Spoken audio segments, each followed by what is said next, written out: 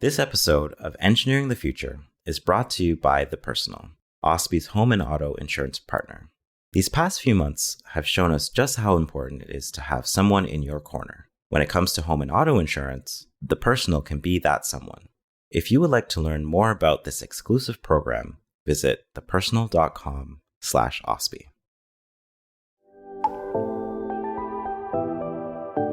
This podcast is brought to you by OSPI, the Ontario Society of Professional Engineers, the advocacy body for professional engineers in the engineering community in Ontario. Welcome to Engineering the Future, a podcast presented by the Ontario Society of Professional Engineers. I'm your host, Jerome James. Today I'm joined by Geoff Sheffrin, a professional engineer and climate change activist. Geoff is actively advocating for engineers to invest their time in fighting climate change and the climate crisis, and believes engineers should be a bigger part of this conversation. Welcome. Delighted to meet with you and delighted to have this opportunity to make another contribution on climate activism to the OSPI program. Thank you so much. Let's dive right into it. Geoff, can you start by telling us a little bit more about yourself and your engineering career? Love to do that.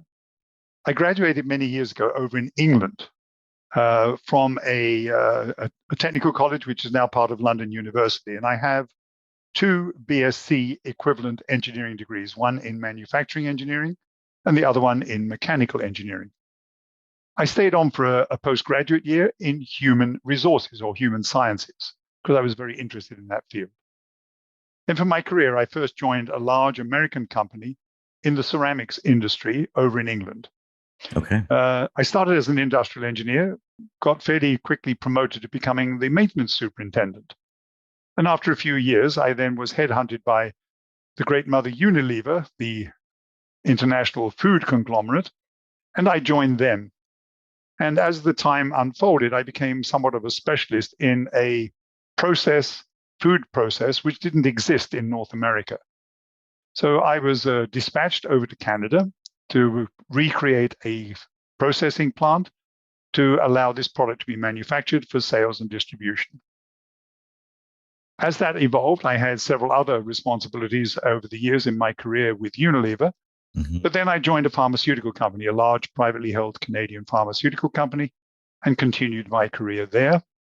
And at the end of that, I was also the president of one of the pharmaceuticals operating companies. So quite a diverse experience. And in that career, I've done just about everything from a senior management perspective. I've been in charge of HR, sales, marketing, operations, logistics. I've even run the IT department. Oh, wow. So you're a business guru. Well, I wouldn't say a business guru, but I've had a lot of dabbling experiences, which have given me a lot of fun. Nice. So then, sorry, I was just going to continue for a moment. Then at the end of that, I finished up one of my engineering heads from the Unilever days had opened up an engineering consulting practice. And I had joined him then as a partner. And we've been at that. He's been at it for over 2 decades. And I've joined him about a decade and a half ago. And we do engineering project management in foods, pharmaceuticals, cosmetics. Those are our fields. Nice. I also do management consulting in strategic management consulting, and that's been going on now for almost 2 decades. So that's an extensive nutshell of my career. You're an expert in your field, is what you're saying. Well, I've been around a bit. Let's put it that way. Nice. Let's pivot to the topic at hand, climate change and the climate crisis. Yeah. This topic is becoming a bigger talking point throughout the world the last couple of years. People are becoming more alarmed every month, it seems. Yes. When did this gain interest to you and that conversation become more of the primary focus in your advocacy? Well, I have to say the interest probably started from my strategic management thinking and activities. And I would say I started this maybe close to 2 decades ago, but it wasn't the same profile then, right? It was in the background. It was climate. It was global warming. It didn't have the same impetus that it has today, right? But I chose this as a primary focus because it's become a crisis. It is rapidly becoming an emergency, and it's going to become a disaster. So in the last 3 or 4 years, I've stepped up my advocacy. And when I had the opportunity with OSPI, I've now vamped that up even further. And we'll talk about that in a second. Nice. Can you kind of point to hints or where that has been prevalent or evident that things are coming to a head and that we have to be more vigilant and act now to change things? Well, really, I think it's the emergence of more and more global disasters with more and more severity, whether it's atmospheric rivers, heat domes, unprecedented flooding in parts of Europe, which we haven't had before. It's just a host of things which are happening on a larger scale and more frequently. Yeah, it's definitely headline grabbing for sure. And especially the stuff that's coming out of the International Institute of Climate Change. Yes. Their reports are frightening. Yes. And the timelines keep shrinking. Yes. Yeah. Mm-hmm. Yes. Please. Well, let me talk a little bit about how I got started in this new higher level of advocacy. It actually started last fall when OSPI asked for some input on a couple of Eng talks. So I threw my hat in the ring for two things, one on strategy and one on corporate culture. And the reason for strategy is because I do that for a living. And corporate culture, that's a hobby of mine. I've written a book on the subject. Oh, wow. So, so I've got two Eng talks on the OSPI website about these issues. Right. That process got me thinking about, well, I need to think about how can we engage the engineers more dynamically, more forcefully, more in the role of what they can do best to help the world. Mm-hmm. So that got me thinking about that. Sorry, Jerome. Yeah, I was just going to say, did you, in your practice or conversations, do you find that there are types of engineers or areas of engineering that lend itself better to responding to the climate crisis than others? Well, the answer to that, I think, is a bit of yes and no. First of all, I've gone through all of the engineering professions. And before this podcast, I had a quick look through them. And I would say there is no professional engineering discipline which does not in some way have an opportunity to benefit the climate crisis, right? Mm-hmm. Are there some more than others? Yeah, you could say that. Certainly, if you're an environmental engineer, you're right in the thick of it. Right. But if you're an electrical engineer or an IT specialist or mechanical, all of us have an opportunity to contribute to controlling the climate crisis as it emerges on us or as it emerges upon us. Mm-hmm. And how do you think our mentality should change? Should that be like a governing focus to engineers? Do they hold a lot of the opportunity to change within their practice, or should they be raising the alarm up the food ladder to management? Like, how can they make a difference in their everyday work environment? Well, let me start off in a slightly different way on that one. I was thinking about engaging the engineers because whilst within engineering, we may have some deniers and we may have some compromised people that work for the fossil fuels industry. And therefore, it's not always easy being a professional engineer. But I think every one of us as a professional engineer has the opportunity to either advocate or do ourselves or push things up the ladder. And also to make sure that as we do our engineering, we've actually given a thought to the energy conservation piece of it. We don't just engineer something new. If I think about it in the big picture, within the world today, everything we have in society somehow, somewhere has had the hand of an engineer in it. If it doesn't come from Mother Nature, somehow it's been engineered. Absolutely. So we're into everything. And the reason I've chosen to come through the OSPI path is because OSPI is the advocacy arm that gets through to the governments and the decision makers. Now, OSPI has approaching 20,000 members. So I've started writing some blogs in order to get this process via this podcast and the blogs, just trying to raise the profile and get engineers to think even more forcefully about the climate change. If I can get OSPI engaged, there's over 80,000 professional engineers in Ontario. There's over 160,000 in Canada. If I look at North America, there's 250,000 of us. Mm-hmm. Now, I'm being way out to lunch here and being optimistic and saying, yeah, I'll reach them all. We won't. But that doesn't matter. The point is we are here and we have the opportunity to make the difference because we have created so much of this world in terms of its infrastructure. We are well equipped to help move this crisis into a control position. We hope you're enjoying this episode so far. At OSPI, we're here for you, making sure government, media, and the public are listening to the voice of engineers. You can learn more at ospi.on.ca. Yeah, and it's interesting that you've brought up the scope of OSPI's potential influence, because OSPI is in the beginning of changing their focus and being more focused in its advocacy efforts within the climate change space. Yes. What do you think are the next steps in gaining more engineering action regarding climate change? Let me put that in the context of the blogs I'm writing. The first one's been posted. The second one's supposed to have been posted this past few weeks. I've got the third, fourth, and fifth blog already written, but let me just talk about them for a minute. Mm-hmm. These blogs aren't overly long. They're very high level, and they look individually at each of the green initiatives that we have at our disposal in the world to make green happen and get off fossil fuels. To keep it simple, we have hydro, we have wind, we have solar energy, we have nuclear, whether it's regular or SMRs, and we have fusion processes. Right at the moment, the globe has about 46% of its energy comes from these renewables.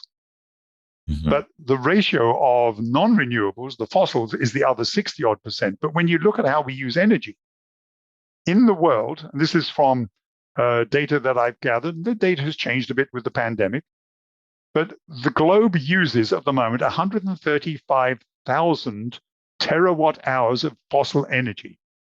That is 135 times 10 to the power of 15 watts hours of energy.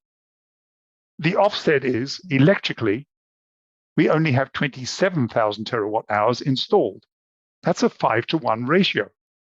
Mm-hmm. If we want to go green and get off fossil, we'll never get off fossil because we need plastics. We need chemicals out of the fossil fuels. There's various things that fossils will not go away from, but the vast proportion can. Right. Sorry. We shouldn't, if those items will always need fossil fuels. Yes. Why should we waste our fossil fuels on just burning it for energy? Because we don't have enough green, Jerome. Right. The issue is, if I look at 27,000 terawatt hours and the 5-to-1 ratio, IEA, the International Energy Agency, has said we need to install global electrical capacity by a magnitude of 2.5 times. I disagree with them. I think it's 3.5 times or 4 times. Doesn't matter. It's one whole hell of a lot more than we've got. We need it now, right? Mm-hmm. And if I go back to things like nuclear, there are people who are saying, no. Even Germany, which canned nuclear because of the Ukraine crisis, is now saying, I think we might want to recommission our nukes. They're right. Mm-hmm. It's an important thing about nukes, and let me just detour on this for a second. For sure. Nuclear has a horrible reputation from a safety viewpoint. But the fact is, if you dig into it, coal as a fossil fuel energy provider creates 350 deaths per unit versus 1 death per unit from nuclear. 350 times. That's a startling statistic. Yeah. And that number, that ratio of 350 to 1 includes the discharges from Chernobyl, from 3 Mile Island, and also from Fukushima. Wow. So, people get uptight about it, and they get uptight about, we've got to bury nuclear fuel. That's a problem. But then SMRs are coming on the horizon quick and fast. OPG here in Ontario is working on SMRs. We need small modular reactors. They can be built in a factory. They can be made a whole lot easier from a safety perspective. We can transport them. Yeah, that was going to be my next question. If you have identified certain technologies that you think are on the cusp of being shovel ready, that, or do we have the technology currently to tackle all of our energy needs? We do. Is it a political will? Is it a comfort thing? You just got it. Yeah. It's a political. Fill me in. Well, let me just go one step further on this, because one of the others which we haven't yet mastered is fusion. Fusion technology is the energy, the equivalent of what the sun does. But it's been in the news recently, right? Well, let me tell you what's been in the news. Yeah. We've been working on fusion for around 70 years. Over the last decade or two, we've been able to create milliseconds of fusion process. The big breakthrough that I think you're referring to is about 2 months ago, a large laboratory in England created the fusion process and sustained it for 5 seconds. Wow. 5 seconds sounds ridiculously small, but you're dealing with 800 billion degrees of temperature. 800 billion degrees of temperature. That'll melt everything we possibly know. They have found, through the tokamak process, a way of containing that, and they ran it for 5 seconds. We are decades away from fusion, but that's the holy grail. Right. How do you think that our current, the crisis in Ukraine is going to promote or hinder our efforts within the climate crisis, with the skyrocketing of oil prices hitting 150, fuel going to be hitting $2 a liter? What's that dynamic? How is that going to play into the conversation? I think it's horrible to say the problems in Ukraine are actually going to help greening, because all of a sudden around the world we realize that there are 4 or 5 geopolitical sources of fossil fuels, and Russia is twisting is wringing our necks on this one. If we go electric, we suddenly become independent, because other than a bit of a cross-border skirmish between 2 countries, nobody can hold electric power hostage over others. Right. The other thing, to go back to nuclear, I don't know if you know, but currently there's, depending which report you look at, there are 437 active nuclear power plants across the world. Another report says there's 444. Doesn't matter. It's well over 400. They are active now. There are 150 being planned, and there are over 50 currently in construction. We can't get away from nuclear, because wind and solar and tidal isn't going to give us enough. The current biggest green energy we've got is hydroelectric. Right. The second biggest green energy we've got in the world is nuclear power. Those two amount to over 25%, almost 30% of the world's energy in renewables. We can't get away from that baseload at the current state. No. So to me, we need more of those. To build a hydroelectric dam or to build a nuclear power station, these are expensive and time consuming. But SMRs and more solar panels, more wind, etc., all of these things are very doable, and we need to get on with it. And getting back to the Ukraine crisis, more and more of our global leadership is saying, we've got to be electric. We've got to get off fossils. So the momentum has built, and the Ukraine crisis, as bad as everything is to do with that, that's one of the very few silver linings that I see. I feel like you heard it here first, that connecting the atrocities that are happening overseas to the climate crisis. Any last thoughts? Let me talk about another little piece of it, which is one of my pet hobby horses. Sure. We've had COP26, and Greta Thunberg says blah, blah, blah. Yeah, COP26 gave us a few more things. Nothing came out of COP26 that actually has teeth in it, but we did make a little bit of progress. But let me put it this way round. Out of it came 2030, 2040, 2050, even 2060. Mother Nature doesn't care. Mother Nature doesn't have a calendar. Mother Nature's not looking at her clock saying, 2030, yeah, I can wait. That's not happening. The Arctic ice cap is melting. The good news, the only bit of good news, as it melts, it's not raising ocean levels because it's an ice cap sitting on water. The bad news is, as we melt centuries-old ice, we're releasing trapped methane that has been there for centuries. It's making our situation worse. Right. The other part of it is Greenland and the Antarctic, the ice is on land. When that melts, oceans are going to rise. So we have another problem coming up there. And the problem that we have is that while Mother Nature doesn't care, my prediction is that before 2030, the current windstorms, atmospheric river, floods, heat domes, wildfires, they will escalate. And they will start escalating exponentially. And I think by 2030, our crisis will have become an emergency and maybe bordering on a global disaster. Does it take a global disaster for the world to react? Let me come on to that one, because you just raised another point for me. The issue here is very simple. If you go back over the last 100 years, there have been two occasions when the globe has marshaled its resources collectively. One of them is for World War II.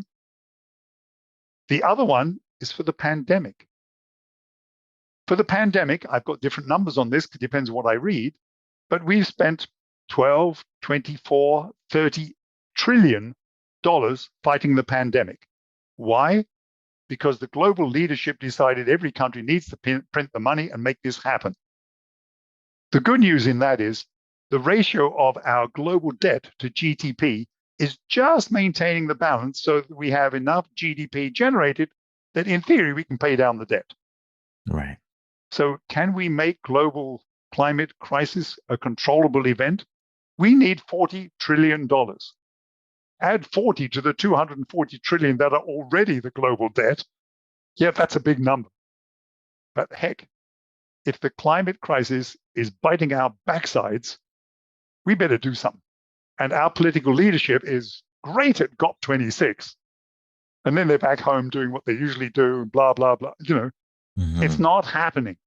It's not happening fast enough. Is there any good news? Yeah, we know what to do. And we're the engineers and we can make it happen. We need to get on with it. Sorry, Jerome. What could I'm on my hobby horse. What could your average citizen do to help the situation? Be aware and think about what you're doing. Don't go down the grocery store and then 3 hours later go down to the drugstore. Think about what you're doing. Think about where you're driving. Think about what you're driving. We need electrical infrastructure to go to more EVs. We need to get enough lithium mining going to get EV batteries made. That's going to be a challenge. We don't have the electrical infrastructure to support, horrendously widespread use of EVs. We've got to go there. Every individual can do little things. Recycle. Don't abuse things. Turn your thermostat down a degree. All of these things are trivial, but every little trivial thing helps. There's 7.8 billion people on the planet. If everyone can do a little bit, we make progress. But we really need some big initiatives. Thank you so much, Geoff, for raising the alarm and the awareness today. I feel like we've touched on a lot of great topics that will help getting the juices flowing to our listeners, and hopefully more people actively searching for solutions to the climate crisis. I love it, Jerome. I'm delighted to have been here. Thank you so much for being a generous host in helping me rant and rave about what we need to do. Thank you so much. My pleasure. Geoff Sheffrin is a professional engineer who is advocating for more action to fight the climate crisis. He has written pieces for OSPI's Blog Society Notes and has hosted an Eng Talk, which both of which could be found on OSPI's website. I am your host, Jerome James. You have been listening to Engineering the Future. Thanks for listening.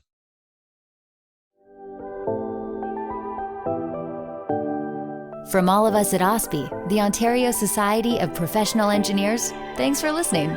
Please be sure to subscribe so you don't miss an episode.